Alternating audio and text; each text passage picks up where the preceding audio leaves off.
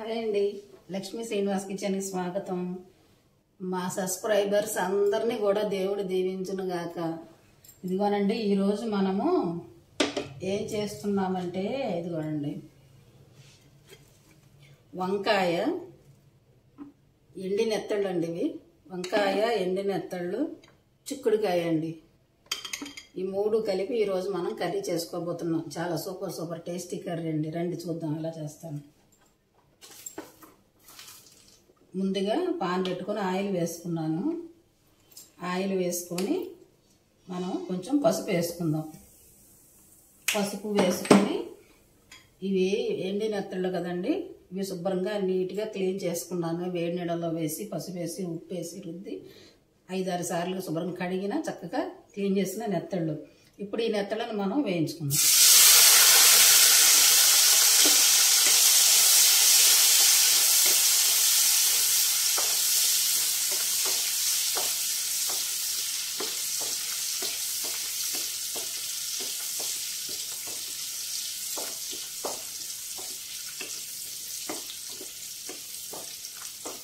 ఇవి కొంచెం ఎర్రగా వేగాలండి, బాగా వేగాలి. ఇవి బాగా వేగిపోయినాయండి, తీసేద్దాం. చక్కగా ఇలాగా క్రిస్పీగా వేగిపోవాలన్నమాట. అలాగని మాడకూడదండి. చక్కగా లో ఫ్లేమ్లోనే చక్కగా వేయించుకోవాలి. మనం ముందుగా పసుపు వేసుకున్నాం కదా, ఇందులో కొంచెం మెంతి పొడి,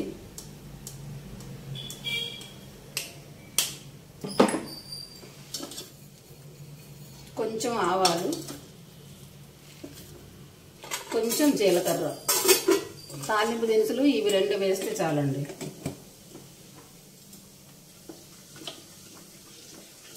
ఆవాలు కొంచెం చిటపటమనాలి.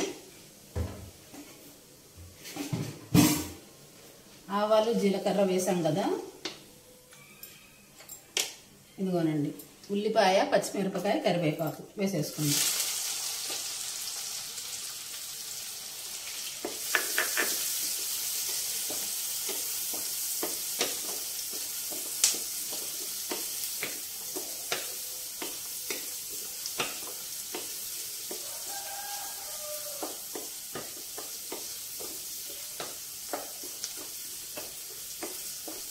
ఉల్లిపాయ కొంచెం వేగిన తర్వాత మనం చిక్కుడుకాయ వేసుకుందామండి. చిక్కుడుకాయ కూడా వేగాలి, ఉల్లిపాయతో పాటు వేగిపోతుంది. చిక్కుడుకాయ కూడా వేసేసుకుందాం.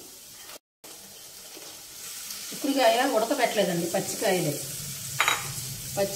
చక్కగా కడిగేసుకొని చక్కగా గిల్లుకొని కడిగేసుకున్న కాయలు అన్నమాట.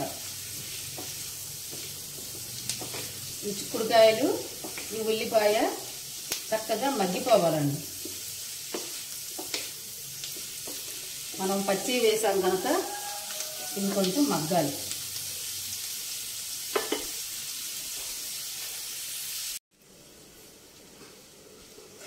ఇదిగోనండి, చిక్కుడుకాయ చక్కగా మగ్గింది. ఇప్పుడు ఇందులోకి అల్లం వెల్లుల్లి పేస్ట్ వేసుకుందాం. అల్లం వెల్లుల్లి పేస్ట్,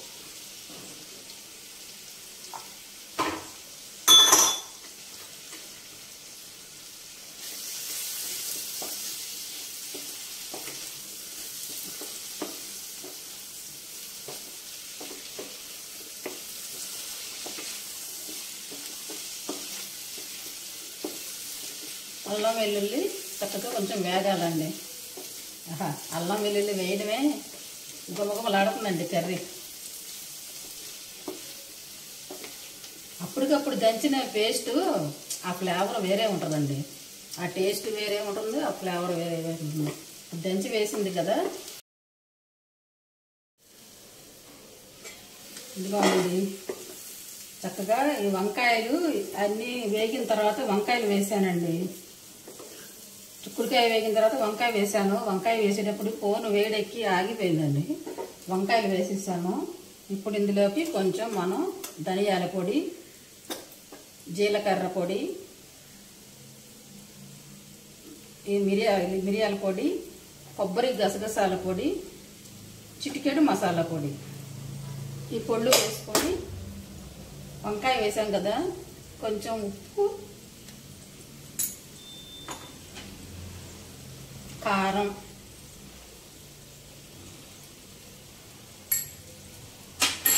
వేసి చక్కగా ఇది వేగాలండి. నేను ఇందాక వంకాయ వేసింది ఆగిపోయిందండి. చిక్కుడుకాయ అన్నీ వేగిన తర్వాత వంకాయ వేసాను.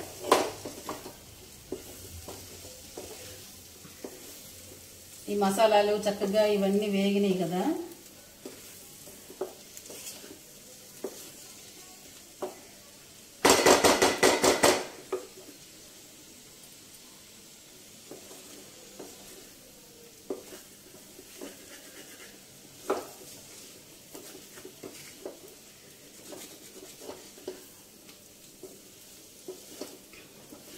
వంకాయ మసాలాలు ఇవన్నీ చక్కగా బాగా ఎర్రగా వేగాలి. వేగినాయండి. ఇప్పుడు ఇందులోకి మనం ఇవి ఉన్నాయి కదా నెత్తళ్ళు, ఈ నెత్తళ్ళు కూడా వేయించాం కదా, ఇవి వేసేసుకుందాం.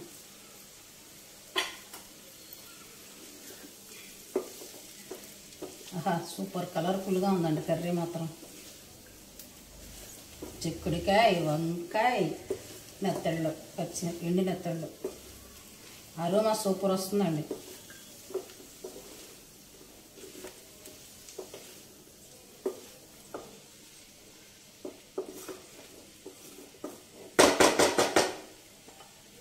ఇప్పుడు కొంచెం మూత పెట్టుకుందామండి. ఆ వంకాయ చిక్కుడుకాయ అవన్నీ మగ్గాలి. కొంచెం మగ్గిన తర్వాత మనం వాటర్ వేసుకుందాం.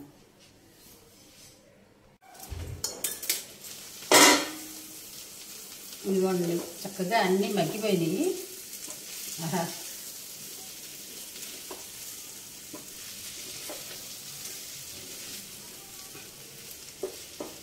కొంచెం చిటికెడు నీళ్లు పోసుకుందామండి కొద్దిగా. చిక్కుడుకాయ అంతా మగ్గిపోయింది కానీ మనకి గింజ ఉడకదండి. పచ్చికాయ వేసాం కదా, గింజ ఉడకదు. అందుకని మనం కొంచెం వాటర్ వేసుకొని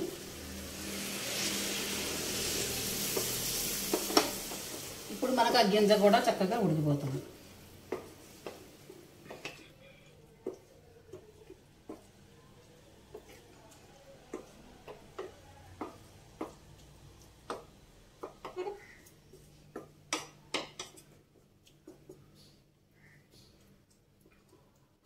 నేను వంకాయ చిక్కుడుకాయ ఎప్పుడు చేస్తానండి కర్రీ. కాకపోతే ఈ ఎండి నెత్తళ్ళు వేసి నేను ఇదే చేయడం అన్నమాట. సరే ఇంట్లో ఉన్నాయి కదా అని అవి కూడా వేసి చూద్దామని వేసేసాను. ఎలా ఉంటుందో కర్రీ టేస్ట్. ఉప్పు అన్నీ వేసేసాం కదా, కొంచెం ఉప్పు చూసుకుందాం, చాలకపోతే కొంచెం వేసుకుందాం.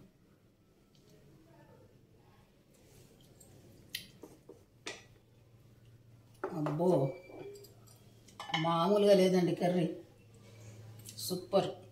ఉప్పు చాలేదండి, ఉప్పు వేసుకుందాం. చాలా చాలా బాగుందండి కర్రీ.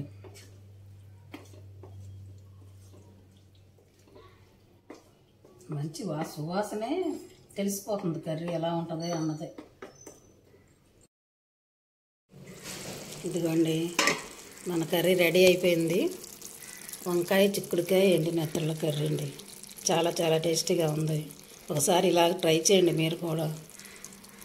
నెత్తళ్ళు తినని వాళ్ళైతే కనుక, ఎండి చేపలు తినని వాళ్ళైతే వంకాయ చిక్కుడుకాయ చేసుకోండి, బాగుంటుంది. ఇందులో టమాటా వేయమాకండి. టమాటా వేస్తే మళ్ళీ వేరే టేస్ట్ వస్తుంది. మనకు ఆ టేస్ట్ని, ఆ ఫ్లేవర్ని ఆస్వాదించలేము. కనుక టమాటా లేకుండానే చేసుకోండి, కర్రీ బాగుంటుంది. చక్కగా నచ్చితే మీరు కూడా ఇలానే చేసుకోండి. లైక్ చేయండి, షేర్ చేయండి, సబ్స్క్రైబ్ చేసుకోండి కొత్త వాళ్ళైతే. నచ్చితే మీరు కూడా ఇలానే చేసుకోండి. Thank you.